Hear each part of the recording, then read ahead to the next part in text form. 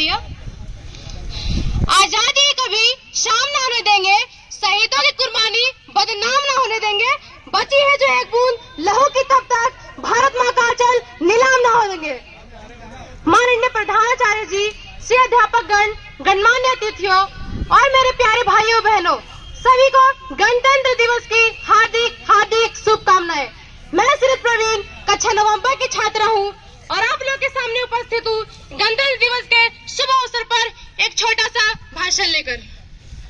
आज हम सब गणतंत्र दिवस का 74वां मनाने के लिए इकट्ठा हुए हैं। 26 जनवरी का दिन हर वर्ष पूरे भारत में गणतंत्र दिवस के रूप में बहुत उत्साह और खुशी के साथ मनाया जाता है। यह दिन भारत का प्रमुख कारण यह है कि जब भारत 15 अगस्त के दिन आजाद हुआ था, तब पूरे पूर्ण रूप से यह स्वशासित नहीं था। लेकिन जब 26 जनवरी 1950 को जब हमारा संविधान लागू हुआ, तब यह देश हमारा स्वशासित पूर्ण रूप से बन गया। यह वही दिन है जब राष्ट्रपति का नाम राष्ट्रपति भवन के नाम से जागृत किया गया। यह वही दिन है जब अपने सेना अपने शासनकाल में नवीनतम हथियारों और उपकरणों के साथ जनता से उजागर करते हैं। विश्व की श्रेष्ठतम सेनाओं में से एक हमारी भारतीय सेना है, लेकिन फिर भी कई क्षेत्र में हमारा गणतंत्र अधूरा है। क्या ऐसे ही अधूरे भारत का सपना देखा था शहीदों ने? नहीं। अपने दिल पर हाथ रखकर पूछिए, क्या ये देश पूरी तरह से गणतंत्र है? हर व्यक्ति को अपने कर्तव्य के प्रति वफादार होना चाहिए, तभी हमारा देश पूर्ण रूप से गणतंत्र आएगा। देश सलामी इस तिरंगे को जिससे तेरी शान है, देश सलामी इस तिरंगे को जिससे तेरी शान है, सर हमेशा रखो उसका जब तक तुझमें जान है। आज के अभिमानी अवसर पर जरूरत इस बात की है कि हम अपने मन की मुंडेर पर आत्मविश्वास का चिराग रोशन करें, तभी हमें सच्ची आजादी का मंजिल मिलेगी। और मंजिल उन्हें मिलती है जिनके सपनों में जान होती है। पंख होने से कुछ नहीं होता, हौसलों से उड़ान होती है। आइए जीवन के तेज बचे दिनों में इस बंजर जमीन पर ईमानदारी की फसल उगाए और अपने देश के विकास से निस्वार्थ भागीदारी निभाएं। न ये सरकार मेरी है, न ये अभिमान मेरा है। न ये सरकार मेरी है, न ये अभिमान मेरा है। न बड़ा नाम मेरा है, न ये फरमान मेरा है। मुझे तो गर्व इस बात की है कि मैं हिंदुस्तान की हूँ और ये हिंदुस्तान मेरा है। मुझे तो गर्व इस बात की है कि मैं हिंदुस्तान की हूँ और ये हिंदुस्तान मेरा है। जय हिंद।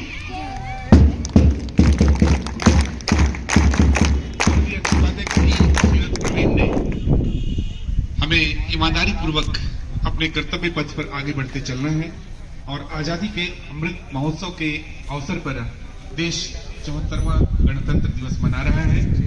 हम मंच पर आमंत्रित करते हैं दिव्यांशु कुमार को 9th B से मंच पर आए और अपने शब्द प्रस्तुत करें। शब्द के जाल में हम सबों को बांधें।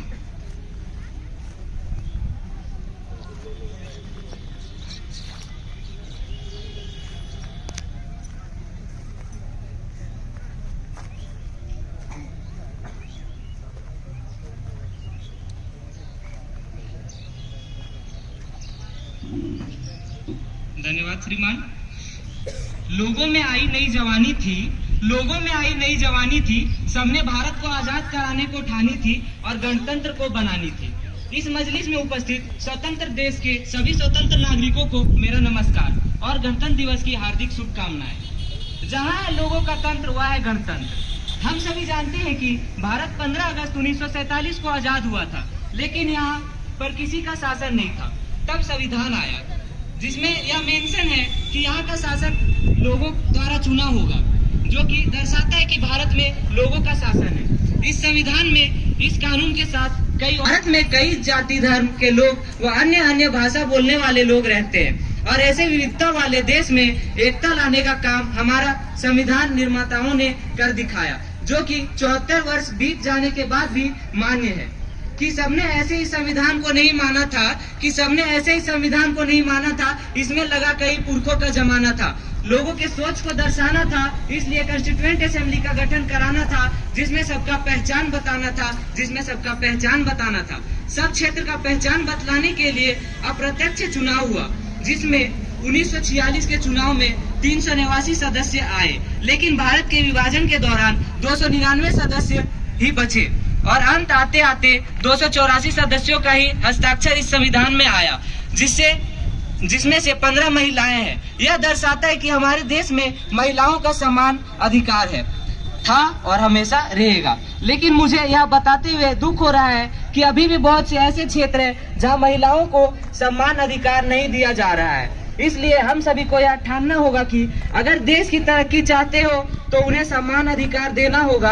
अगर देश की तरक्की चाहते हो तो उन्हें समान अधिकार देना होगा, नारी सशक्तिकरण को लाना होगा। उस वक्त हो गई इंडिया पाकिस्तान में मतभेद और यह कर गई कॉन्स्टिट्यूएंट असेंबली में छेद।